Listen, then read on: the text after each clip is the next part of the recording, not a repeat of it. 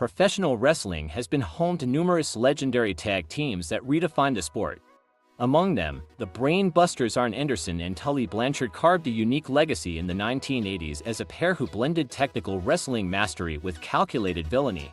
Managed by the incomparable Bobby the Brain Heenan, the duo was the embodiment of precision and ruthless efficiency in the ring.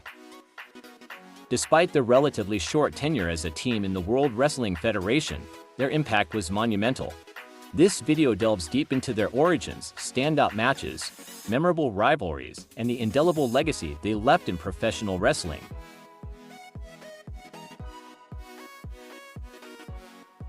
Welcome to Wrestling with Me, the ultimate destination for wrestling fans. Get ready to dive into the world of high-flying action, jaw-dropping moments, and all the drama inside the squared circle. Whether you're here for legendary matches or in-depth analysis, this is the place to be. Don't forget to hit subscribe and ring the bell to stay in the loop as we bring you the best wrestling content every week. Arn Anderson and Tully Blanchard were integral members of the Four Horsemen stable in Jim Crockett Promotions. The Horsemen, led by the flamboyant Ric Flair, were a dominant force in the National Wrestling Alliance throughout the mid-1980s. Anderson and Blanchard often worked as a unit within the faction, battling legendary teams like the Road Warriors, Dusty Rhodes and Magnum TA, and the Rock and Roll Express. Anderson's reputation as the enforcer was built on his technical brilliance and ability to control the tempo of matches. His spinebuster, widely regarded as one of the most devastating moves in wrestling, was a signature weapon in his arsenal. Blanchard, meanwhile, brought an arrogant charisma and a mastery of psychological warfare. Together, they formed a perfect balance of brains, brawn, and heel tactics. By 1988, discontent with their treatment in JCP led Anderson and Blanchard to leave for the WWF. Pairing with Bobby Heenan, one of the most prolific managers in wrestling history, was a stroke of genius. The trio rebranded as the Brain Busters, emphasizing their tactical approach to wrestling. When the Brain Busters debuted in the WWF, the tag team division was arguably at its peak. Teams like the Hart Foundation, Demolition, the British Bulldogs, and the Rockers were delivering classic matches on a weekly basis. Despite the crowded field, the Brain Busters quickly distinguished themselves with a style that combined technical prowess, heel psychology, and brilliant in-ring storytelling. One of the most celebrated rivalries of the Brain Busters' WWF run was with the Rockers. Their match at Saturday Night's Main Event in 1989 is a masterclass in tag team wrestling. The Brain Busters dominated early by isolating Michaels, keeping him away from his partner, and using quick tags to remain fresh. Anderson and Blanchard targeted Michaels' arm, utilizing submission holds and hard-hitting maneuvers to wear him down. The Rockers countered with their signature high-flying offense, including double dropkicks and tandem aerial moves that popped the crowd. The match showcased a stark contrast between the two teams, the Rockers' youthful exuberance versus the Brain Busters' methodical, veteran approach. Ultimately, the Brain Busters' experience and willingness to bend the rules secured their victory. The match is remembered not only for its brilliant pacing but also for how it highlighted the evolution of tag team wrestling in the late 1980s. The Brain Busters' crowning moment in the WWF came on July 18, 1989, when they defeated Demolition for the WWF Tag Team Championships in a 2-out-of-3 falls match. At the time, Demolition was one of the most dominant teams in WWF history, known for their brute strength and overwhelming physicality.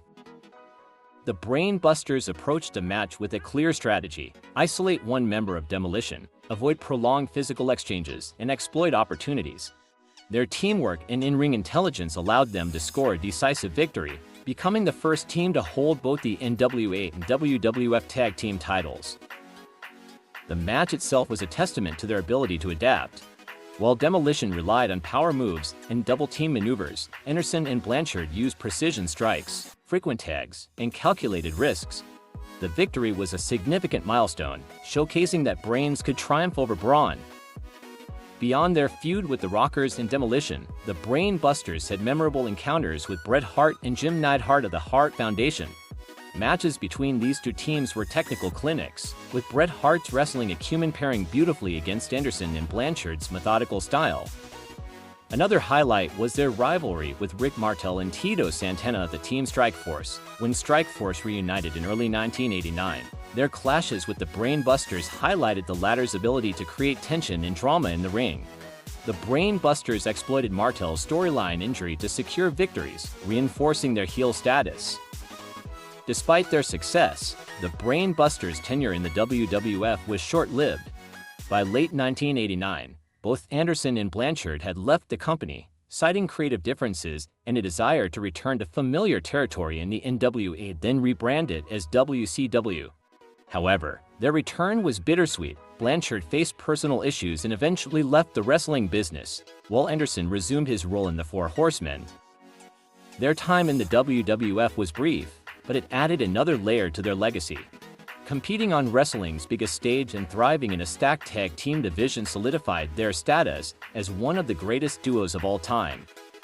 The Brainbusters were pioneers in tag team wrestling, emphasizing strategy and psychology over flashy moves or sheer power.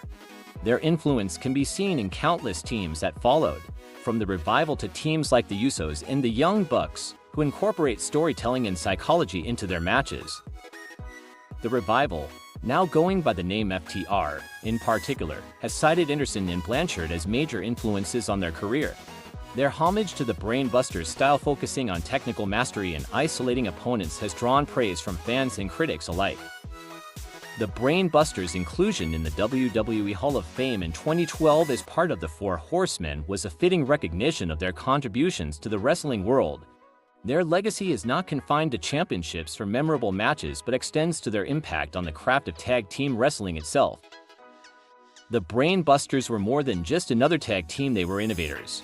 Arn Anderson and Tully Blanchard redefined what it meant to be a successful tag team by combining technical brilliance with heel tactics and cerebral strategy. Their matches remain essential viewing for anyone studying the art of tag team wrestling.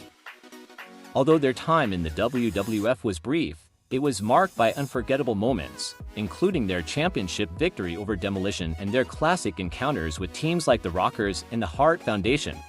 Their legacy continues to inspire a new generation of wrestlers, proving that the true essence of wrestling lies not just in athleticism but in the ability to tell a story.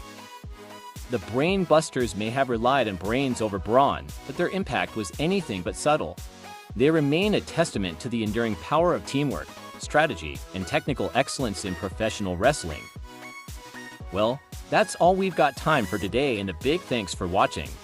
If you enjoyed this video, don't forget to give it a thumbs up, and make sure to hit that subscribe button so you don't miss out on any of our future content. See you in the next video.